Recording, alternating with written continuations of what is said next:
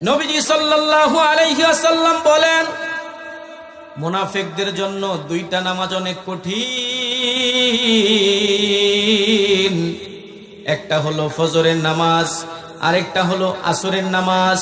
যারা ফজরের নামাজ আর আসরের নামাজ নিয়মিত জামাতের সাথে আদায় করে না, নবীজি সাল্লাল্লাহু আলাইহি ওয়াসাল্লাম তাদেরকে মুনাফিক বলেছেন। আর মুনাফিকের ব্যাপারে আল্লাহ পাক রব্বুল আলামিন বলেছেন, ইন্নাল মুনাফিকিনা ফিদ দারকিল আসফালি মিনান নার ওয়ালা তাজিদ লাহুম নাসীরা। নবীজি সাল্লাল্লাহু আলাইহি ওয়াসাল্লাম বলেছেন, নিশ্চয় যারা মুনাফিক তারা জাহান্নামের সর্বনিম্ন স্তরে যাবে। জাহান্নামের কোন স্তরে? সর্বনিম্ন স্তর। রাসূলুল্লাহ সাল্লাল্লাহু আলাইহি ওয়াসাল্লাম বলেন, একটা পাথরকে নিক্ষেপ করা হয়েছে আর ওই পাথরটা জাহান্নামের তলদেশে পৌঁছাইতে সময় লাগছে 40 বছর। কয় বছর? জোরে বলেন, কয় বছর? 40 বছর পর্যন্ত যদি একটা পাথর নিচের দিকে যাইতে যাইতে যাইতে যাইতে 40 বছর পরে যদি জাহান্নামের গর্তের একেবারে নিচে পৌঁছে যায়, তাহলে চিন্তা করেন যে জাহান্নামের গর্তটা কত গভীর। কোন কাফের জাহান্নামের এতটা নিচে থাকবে না, কোন বেঈমান জাহান্নামের এতটা নিচে থাকবে না। মুনাফিক যতটা জাহান্নামের তলদেশে থাকবে। আমরা কি জাহান্নামের তলদেশে যাইতে চাই নাকি জান্নাতুল ফেরদাউসে যাইতে চাই? জোরে বলেন। তাহলে জান্নাতুল ফেরদাউসে যদি আমরা যেতে চাই, তাহলে ফজরের নামাজ জামাতের সাথে পড়ার দরকার আছে কিনা নাই?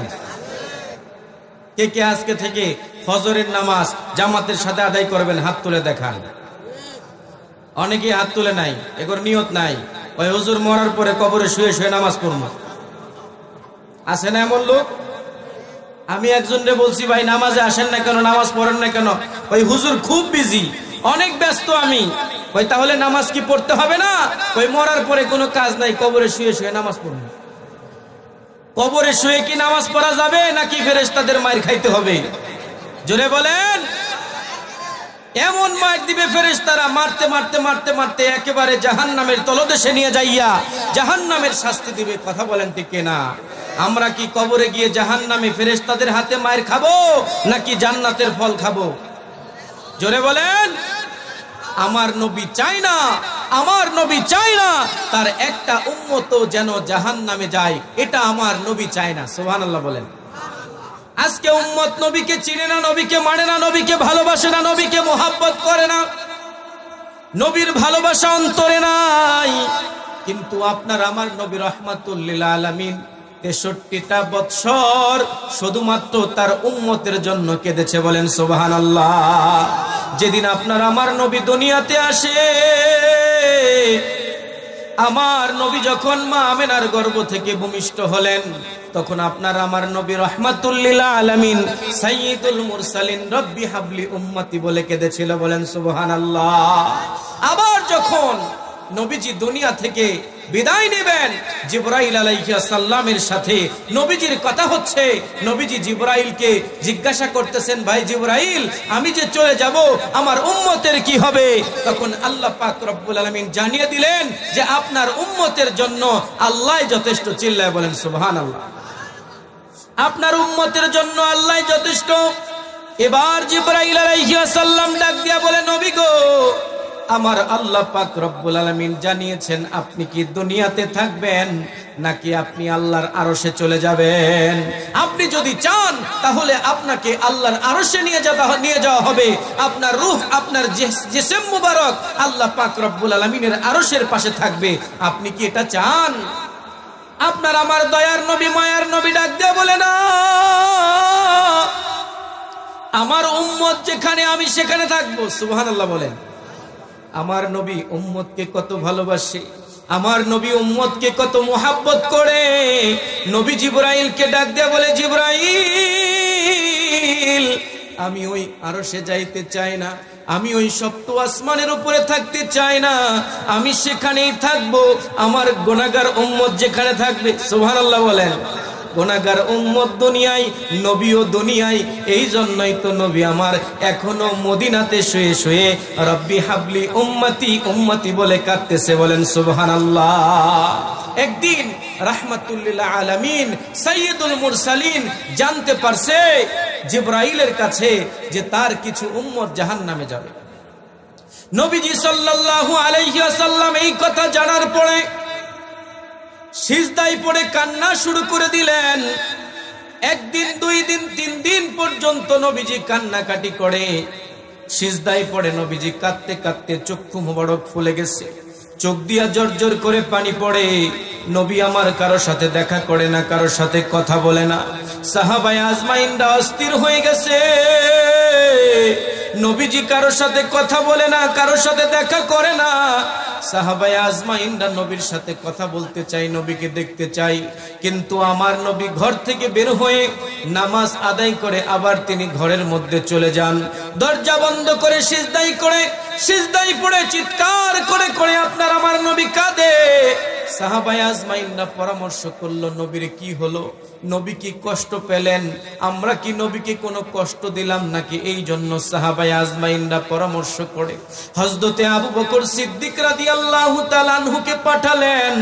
আবু বকর সিদ্দিক রাদিয়াল্লাহু তাআলা আনহু নবীজির দরজার সামনে গিয়ে সালাম দিলেন, আসসালাতু আসসালামু আলাইকা ইয়া রাসূলুল্লাহ। নবীজি সাল্লাল্লাহু আলাইহি ওয়াসাল্লামের ঘরের ভেতর থেকে কোনো আওয়াজ আসলো না। হযরতে আবু বকর সিদ্দিক রাদিয়াল্লাহু তাআলা আনহু একটা চিৎকার দিয়ে সাহাবীদের মাঝে চলে আসলেন। সাহাবায়ে আজমাইনরা আবু বকরকে ধরে যার পরনাই কান্না শুরু করে দিলেন। এবার হযরতে ওমরকে পাঠালো। হযরতে ওমর নবীর দরজার সামনে গিয়া সালাম দিল, কিন্তু দরজা খুললেন না, নবীজি কথা বললেন না। হযরতে ওমর রাদিয়াল্লাহু তাআলা আনহু একটা চিৎকার দিয়ে সাহাবায়ে আজমাইনদের সামনে চলে আসলো। সাহাবায়ে আজমাইনরা ওমরকে ধরে কান্নাকাটি শুরু করে দিল। এবার সাহাবায়ে আজমাইনরা হযরতে আলীকে ডাক দিয়া বলে, ও হযরতে আলী, আপনি একটু যান দেখেন আমার নবীর কি হলো। নবীজি কেন আজকে 3 দিন থেকে কারোর সাথে কথা বলতেছে না? নবীজি কেন কাঁদতেছে? আমরা কি নবীজির সাথে কোনো বেয়াদবি করলাম কিনা? আপনি একটু যান, নবীর দরজার সামনে গিয়া নবীকে একটু ডাক দেন। হযরতে আলী রাদিয়াল্লাহু তাআলা আনহু নবীজির দরজার সামনে গেলেন না। হযরতে আলী রাদিয়াল্লাহু তাআলা আনহু সরাসরি চলে গেলেন ফাতেমার কাছে। ফাতেমাকে ডাক দিয়া বলে, ফাতেমা, তুমি কি খবর শুনছো? রাহমাতুল লিল আলামিন সাইয়্যিদুল মুরসালিন আজকে 3 দিন থেকে কারোর সাথে কথা বলে না, ঘরের দরজা বন্ধ করে সিজদায় পড়ে পড়ে কাঁদতেছে। হযরতে ফাতেমা রাদিয়াল্লাহু তাআলা আনহা কান্না শুরু করে চিৎকার দিয়ে ঘর থেকে বের হয়ে নবীজির দরজার সামনে আসলেন।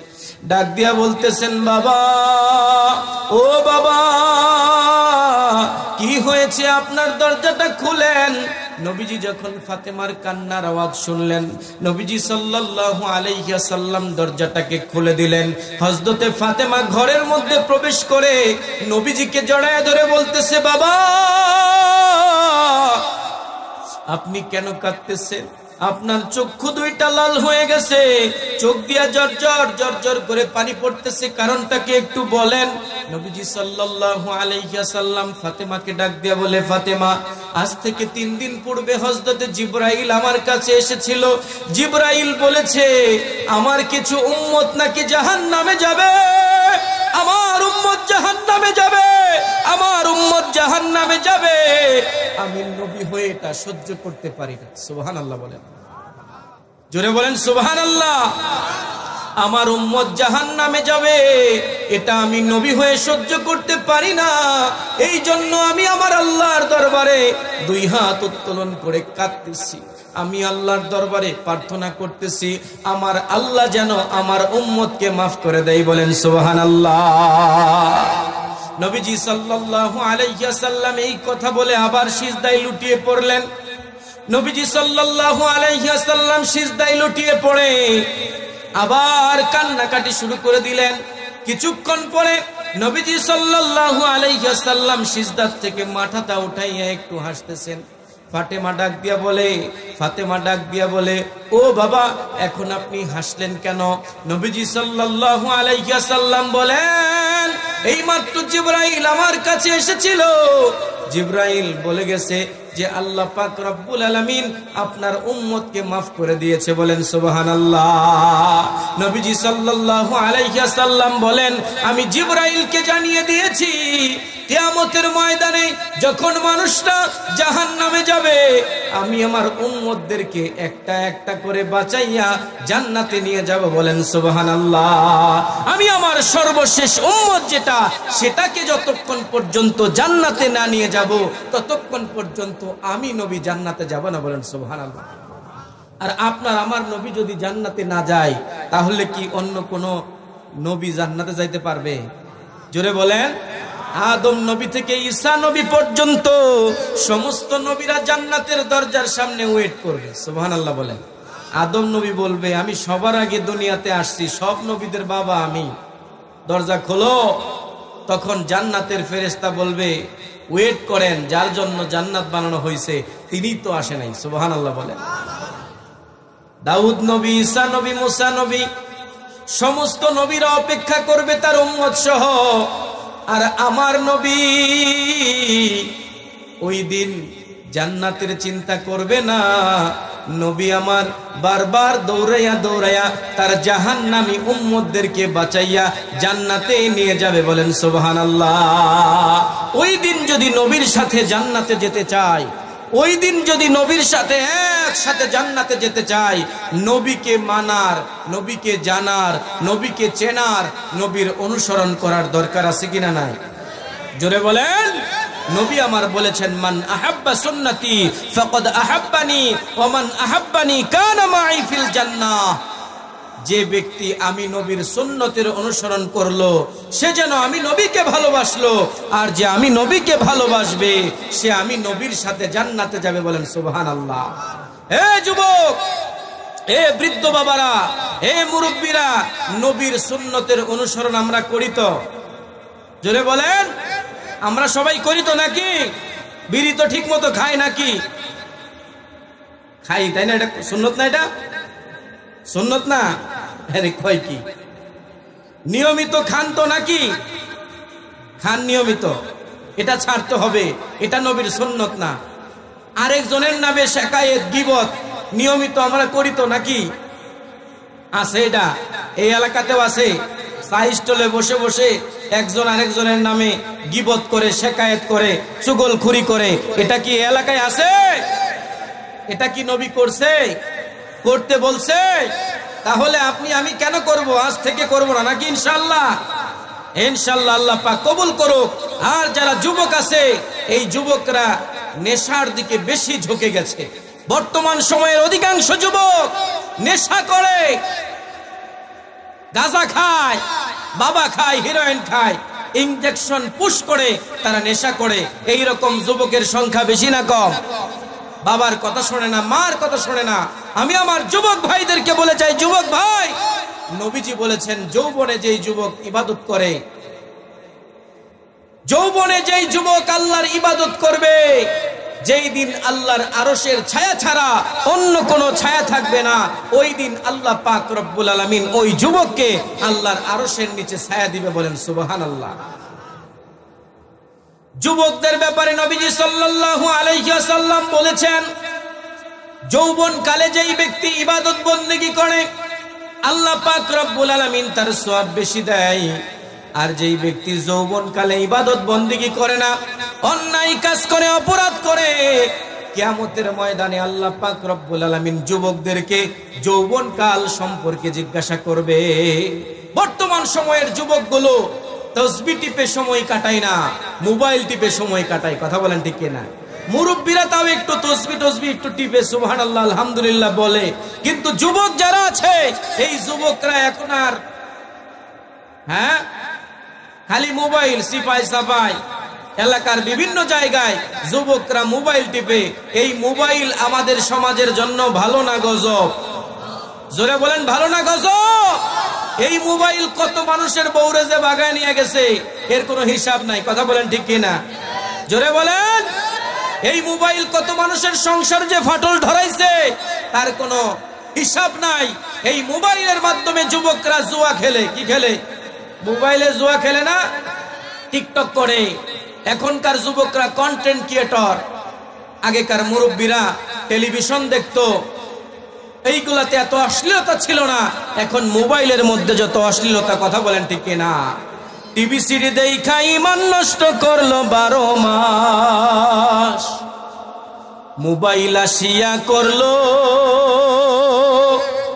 আরো বড় সর্বনাশ। কথা বলেন ঠিক কিনা? লাভের চেয়ে ক্ষতিটা তার 100 গুণে বেশি। ছোট্ট ছেলেও বলে ফোনে তোমায় ভালোবাসি রে, তোমায় ভালোবাসি। এই যুবকরা কও ঠিক কিনা? ছোট্ট ছোট্ট পোলাপান মোবাইলে গার্লফ্রেন্ড আছে 5টা 10টা। কথা বলেন ঠিক কিনা? ফেসবুক আইডি খুলছে, ফেসবুক আইডি খুলে বিভিন্ন নামে বিভিন্ন মেয়ের সাথে রিলেশন করে। আবার গার্লস স্কুলের অনেক মাইয়াও আছে, এদের হাতেও মোবাইল আছে কিনা নাই? জোরে বলেন। সেলফি তুলে সারে আর যুবকরা ওটাতে লাইক দেয়, কমেন্ট করে, পিছে পিছে যুবকরা ঘুরে। কথা বলেন ঠিক কিনা? এই যুগ এখন বর্তমান সময়ের অবস্থা। এই কথাগুলো যদি আমরা ওপেনলি বলতে চাই তাহলে অনেকেই বলবে হুজুর মানুষের উচিত কথা কইলেই হাজী সাহেবের কি খারাপ? জোরে বলেন না। উচিত কথা বললেই হাজী সাহেবের কি খারাপ? মুখ খারাপ। মসজিদের ইমাম সাহেব যদি পর্দা সম্পর্কে কথা বলে, বেপর্দাতে যারা চলে তারা বেজার। কথা বলেন ঠিক কিনা? তাদের কাছে ইমাম সাহেব ভালো না। মসজিদের ইমাম সাহেব যদি সুদের বিরুদ্ধে কথা বলে তাহলে সুদখোরদের কাছে ইমাম সাহেব খারাপ। এই হুজুরে তাড়াতাড়ি পাল্টাও। কথা বলেন ঠিক কিনা? মসজিদের ইমাম সাহেব যদি ঘুষের বিরুদ্ধে কথা বলে তাহলে ঘুষখোরদের মন খারাপ, এই ইমাম সাহেব তাড়াতাড়ি খেদাও। কথা বলেন ঠিক কিনা? এখন ইমাম সাহেবরা পড়ছে মাইন কাসিফাই। কোন সিপাই? Mine classify. কারণ এলাকাতে সুদখোর, ঘুষখোর, বেনামাজি, বেপর্দা এদের সংখ্যাই বেশি। এই এলাকায় নাই।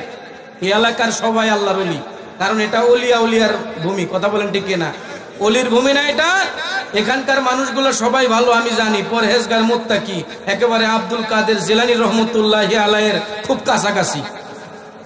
নাকি এই এলাকায় সুদখোর নাই, ঘুষখোর নাই, এই এলাকাতে কোনো বেপরদা লোক নাই, সবাই কোরআন মেনে, রাসূল মেনে, আল্লাহর রাসূলকে ভালোবাসে। এই এলাকার কেউ গান বাজনা করে না। ঠিক কিনা?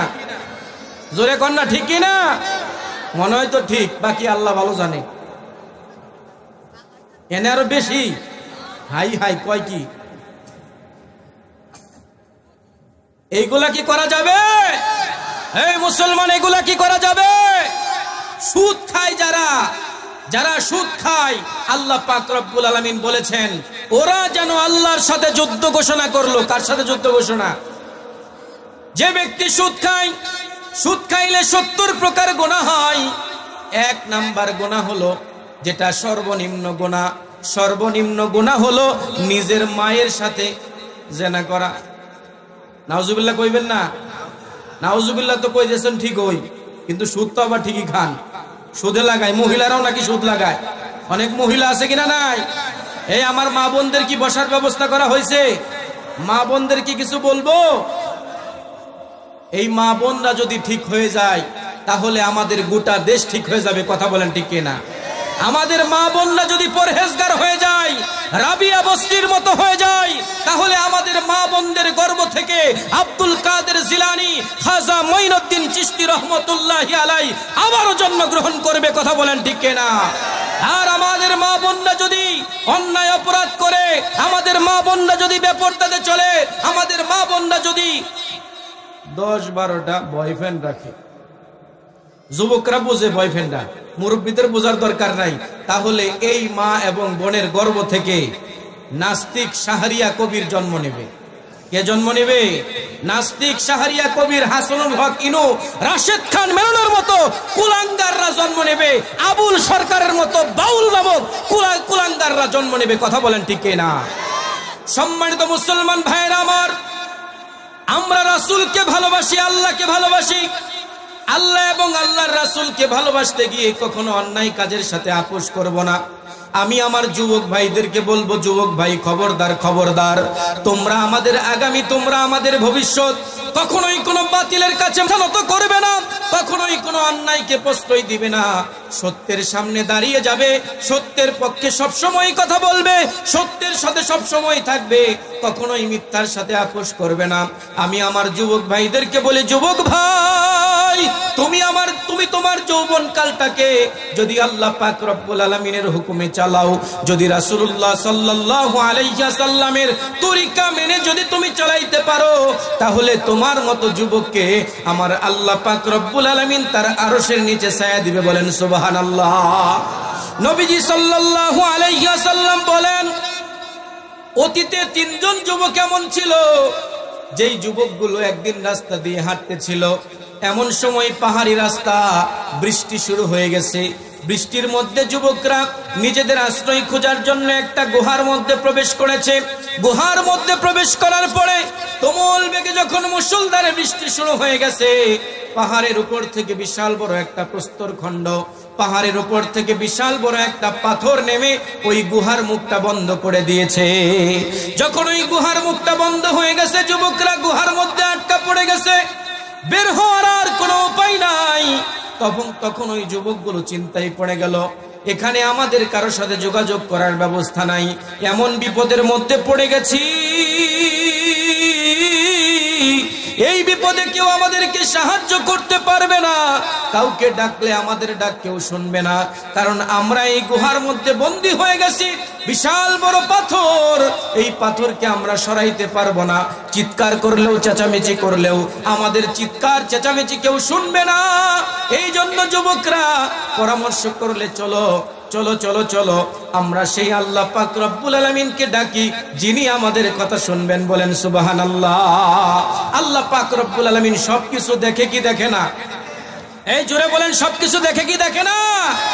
এই যুবক, রাতের অন্ধকারে লেপের নিচে, কম্বলের নিচে মোবাইল নিয়ে তুমি কি দেখো?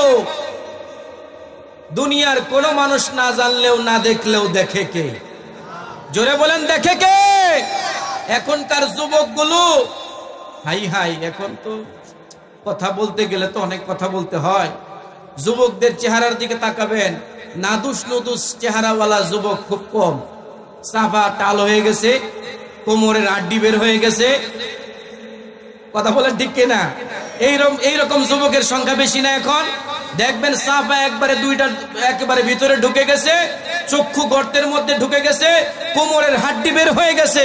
এই যুবকগুলো ঘটতেছে, প্যান পড়ছে কিন্তু প্যান নামছে এমন ভাবে, এটা মসজিদে যখন সিজদা দেয় অনেক যুবকের নামাজ নষ্ট হয়ে যায়।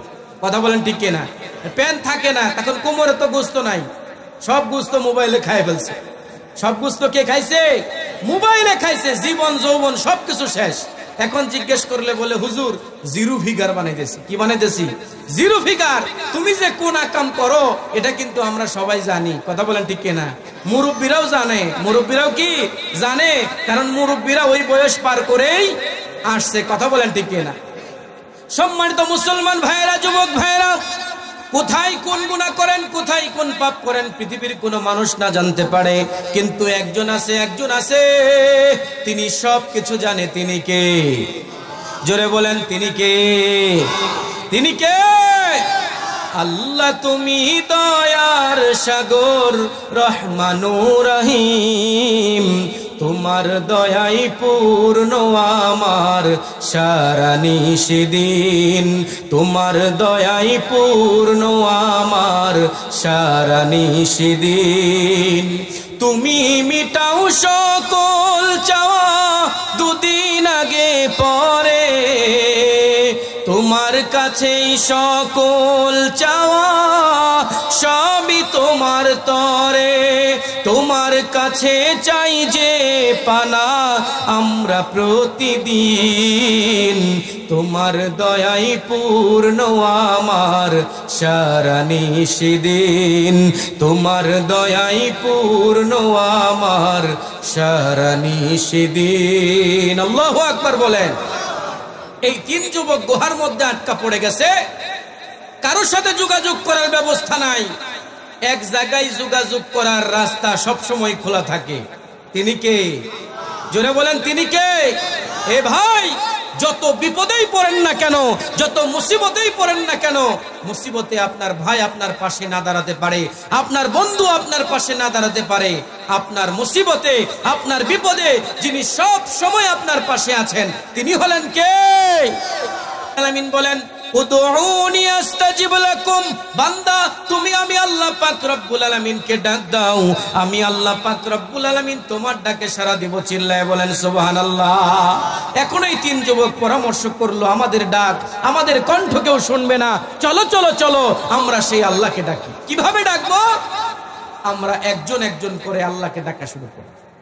এক যুবক বসে পড়লো সিজদাতে নুয়ে, আল্লাহ পাক রব্বুল আলামিনের কাছে বলতেছে, আল্লাহ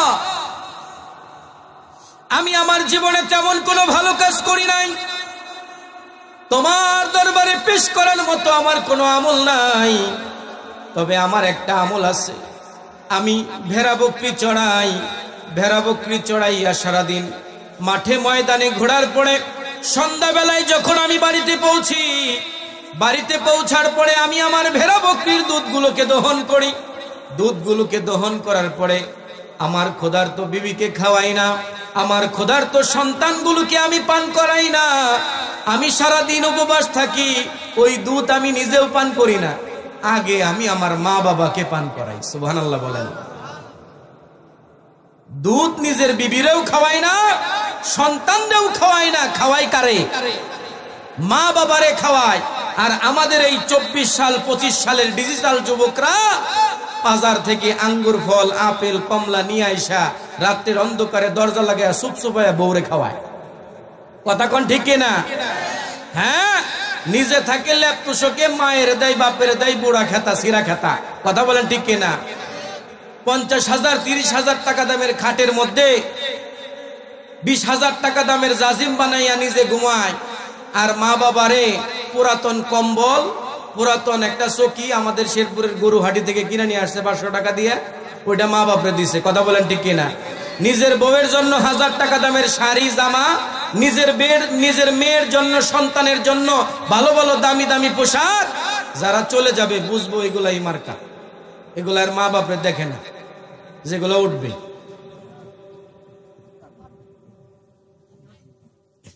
মাকে ভালোবাসেন কে কে? হাত তুলে দেখান।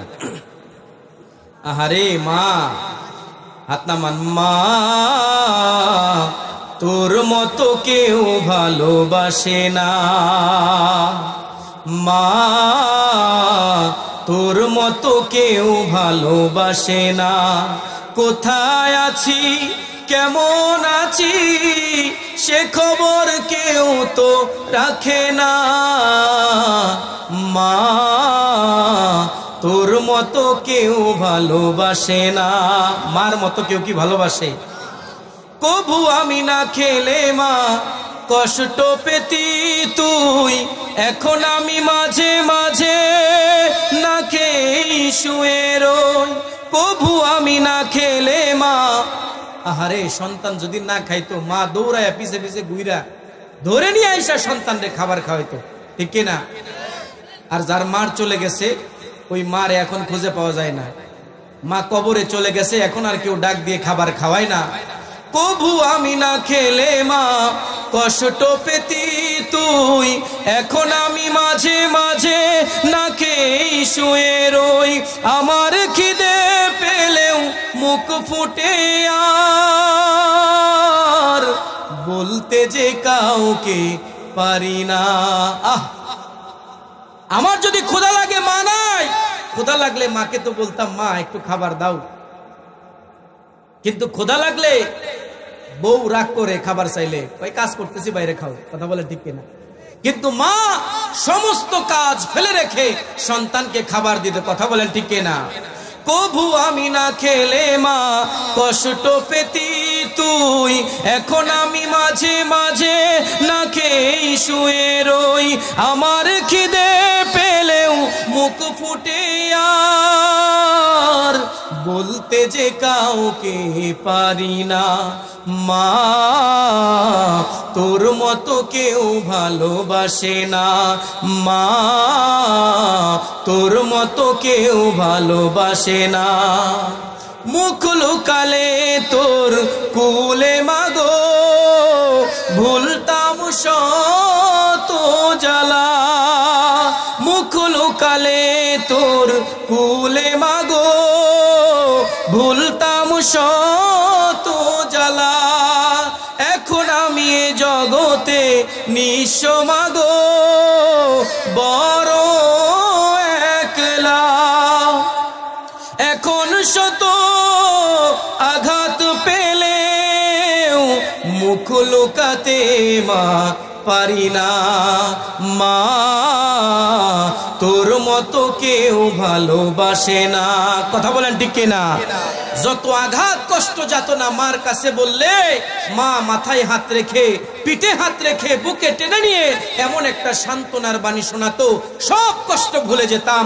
কিন্তু মা যখন চলে গেছে তখন আমার হতাশার কথা কেউ ছোড়ে না, আমার দুঃখের কথা কেউ বোঝে না। বউয়ের কাছে বলি অভাবের কথা, বউ বলে আমারে সাইরা দাও। সন্তানের কাছে যখন বলি দুঃখের কথা, সন্তান বলে পারবা না তো জন্ম দিছোকে। কথা বলেন ঠিক কিনা? জোরে বলেন। আহারে, দিন এনে দিন খায় অনেক গরিব মানুষ আছে, অনেক কষ্ট করে, তাদের মনের কথাগুলো এক মা আর বাবা ছাড়া, এক আল্লাহ ছাড়া কেউ বোঝে না। কথা বলেন ঠিক কিনা? ওই যুবক ডাক দিয়ে বলতেছে, আল্লাহ, আমি আমার বিবিকে খাওয়াইতাম না, সন্তানকে খাওয়াইতাম না, আমি সর্বপ্রথম আমার মাকে দুধ পান করাইতাম। আল্লাহ, আপনার কাছে যদি আমার এই আমলটা পছন্দনীয় হয়ে থাকে, তাহলে এই ওসিলায় এই বিপদ থেকে আমাদেরকে উদ্ধার করেন। দোয়া করতে দেরি হয়েছে, পাথরটা একটু গুহার মুখ থেকে সরে যেতে দেরি হয় নাই। চিল্লায়া বলেন সুবহানাল্লাহ। দোয়া কবুল হয়ে গেছে। এবার আরেকজন যুবক আসলো, এবার সেও সিজদায় পড়ে আল্লাহর কাছে দোয়া করতেছে, আল্লাহ, আমি আমার চাচাতো বোনকে অনেক ভালোবাসতাম, আমি আমার চাচাতো বোনকে অনেক লাভ করতাম। কি করতাম? লাভ চিনেন তো? আই লাভ ইউ চিনেন না? আই লাভ ইউ বলতে হবে আল্লাহকে, আই লাভ ইউ বলতে হবে মাকে, আই লাভ ইউ বলতে হবে ভাইকে, আই লাভ ইউ বলতে হবে নবীকে। কারণ নবীকে ভালোবাসি, আল্লাহকে ভালোবাসি, মাকে ভালোবাসি, বাবাকে ভালোবাসি। আর এখনকার যুবকগুলো আই লাভ ইউ বলে পাশের বাড়ির চাচার মেয়েরে। কথা বলেন ঠিক কিনা? হ্যাঁ, এগুলাই তো চলতেছে বর্তমানে। তখন ওই যুবক বলতেছে, আল্লাহ, আমি আমার চাচাতো বোনকে অনেক ভালোবাসতাম, তাকে একবার কুপ্রস্তাব দিলাম যে তুমি আমার সাথে গোপনে মিলিত হও, কিন্তু আমার চাচাতো বোন রাজি হলো না। আমাকে শর্ত লাগাইয়া দিল যে তুমি যদি 100 দিরহাম দিতে পারো তাহলে আমি তোমার সাথে এই কাম করব। এখনকার যুবকদেরকে অফার দেয়, তুমি যদি একটা আইফোন দিতে পারো তাহলে আমি তোমার হয়ে যাব। কথা বলেন ঠিক কিনা? বিভিন্ন ধরনের গিফট। বাস্তবতা বলতেছি, অনেকের কাছে এইগুলা খারাপ লাগতে পারে, কিন্তু এটাই বাস্তব। কথা বলেন ঠিক কিনা? এটাই কি বাস্তব? সম্মানিত মুসলমান ভাইরা আমার, তখন ওই যুবক বলতেছে, আল্লাহ, আমি অনেক কষ্ট করে 100 দিরহাম জোগাড় করে আমি আমার চাচাতো বোনের হাতে যখন দিলাম, তখন আমি আর সে গোপনে যখন মিলিত হব, ওই মুহূর্তে আমার চাচাতো বোন বলল যে আল্লাহকে ভয় করো। আমি তখন আপনাকে ভয় করে, একমাত্র আল্লাহ আপনাকে ভয় করে ওই পাপ কাজ থেকে ফিরে এসেছি। আল্লাহ, আপনার কাছে যদি এটা পছন্দ হয় তাহলে আপনি একটু আমাদেরকে উদ্ধার করেন। দোয়া করতে দেরি হয়েছে, পাথরটা আরেকটু সরে যাইতে দেরি হয় নাই। বলেন সুবহানাল্লাহ। এবার তৃতীয় জন সিজদায় পড়ে কাঁদে আর বলে, আল্লাহ, আমার বাড়িতে একজন ব্যক্তি কাজ করত, কাজ করাকালীন সময়ে তার মজুরি বাবদ কিছু চাউল আমার কাছে ছিল। আমি যখন তাকে এই চাউলটা দিতে চেয়েছি তখন বলেছে আমার চাউলের দরকার নাই। এই কথা বলে সে চলে গেছে। আমি ওই চাউলগুলোকে কাজে লাগাইয়া ব্যবসা বাণিজ্য করে এই চাউলগুলোর দ্বারা অনেক লাভবান হয়ে অনেক টাকা পয়সা সম্পদ জমা করেছিলাম। একদিন অনেক বছর পরে হঠাৎ করে ওই ব্যক্তিটা এসে আমাকে বলতেছে আমার পাওনা ফেরত দাও। তখন আমি তাকে সমস্ত ধন সম্পদগুলো দিয়ে দিয়েছি। আমি তাকে কোনো সম্পদ দিতে নিষেধ করি নাই। আমি যখন তাকে সমস্ত সম্পদগুলো দিয়ে দিয়েছি তখন সে সমস্ত সম্পদগুলো নিয়ে গেছে। আল্লাহ, আপনার কাছে যদি এই কাজটা পছন্দ হয় তাহলে আল্লাহ আপনি এই পাথরটা সরাইয়া দেন। এই দোয়াটা করার সাথে সাথে ওই পাথরটা সরে গেছে। তখন তারা ওই গুহার ভেতর থেকে বের হয়ে গেছে। বলেন সুবহানাল্লাহ। এজন্য আমি আমার যুবক ভাইদেরকে বলি, যুবক ভাই, এই ঘটনা থেকে আমরা শিক্ষা অর্জন করতে পারি যে অন্যায়, অপরাধ, পাপাচার, অনাচার সমস্ত কদাচার করার মতো শক্তি তোমার কাছে আছে। তোমাকে আল্লাহ যৌবন দান করেছে, এই যৌবন দিয়ে কোনো পাপাচার করো না, কোনো অন্যায় কাজ করো না। জীবনের শ্রেষ্ঠ সময় হলো যৌবন কাল, আর এই যৌবন কালকে যদি হেলায় খেলায় অবলীলায় অন্যায় কাজে কাটিয়ে ফেলো, তাহলে বৃদ্ধ বয়সে এসে তোমাকে শুধুমাত্র আফসোস করতে হবে। কথা বলেন ঠিক কিনা? যে জন দিবসে মনের হরসে জ্বালাই দিনেই বাতি, আশুগৃহে তার দেখিবে না আর নিশীথে প্রদীপ বাতি।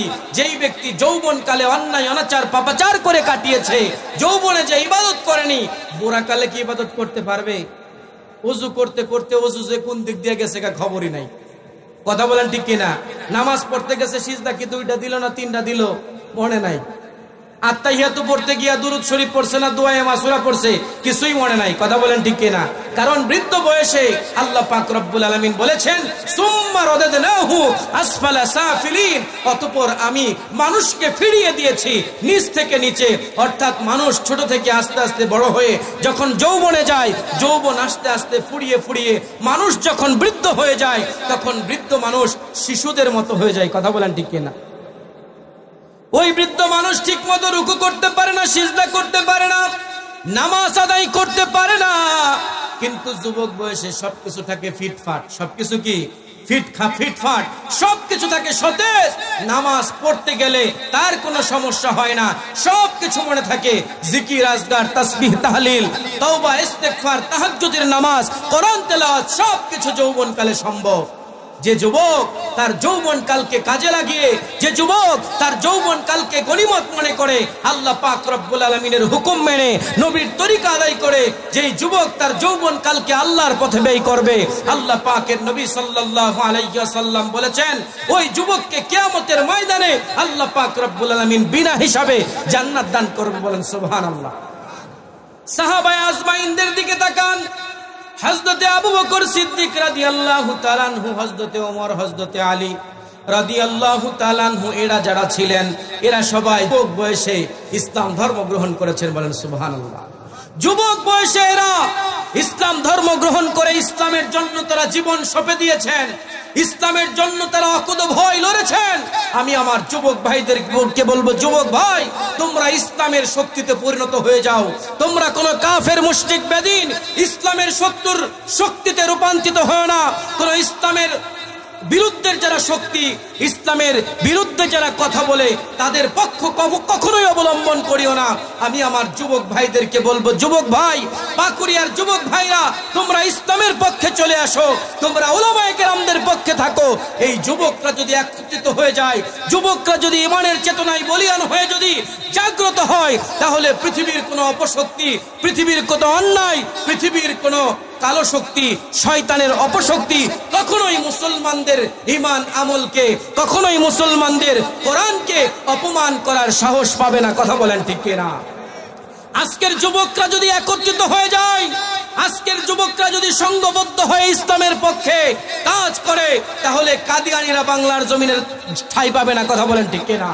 আজকের যুবকরা যদি ইসলামের পক্ষে কথা বলে, তাহলে কোন নাস্তিক, কোন বেদিন, ইসলামের শত্রু, কোরআনের শত্রু, মুসলমানদের শত্রুরা এই বাংলার জমিনে ঠাঁই পাবে না। কথা বলো ঠিক কিনা?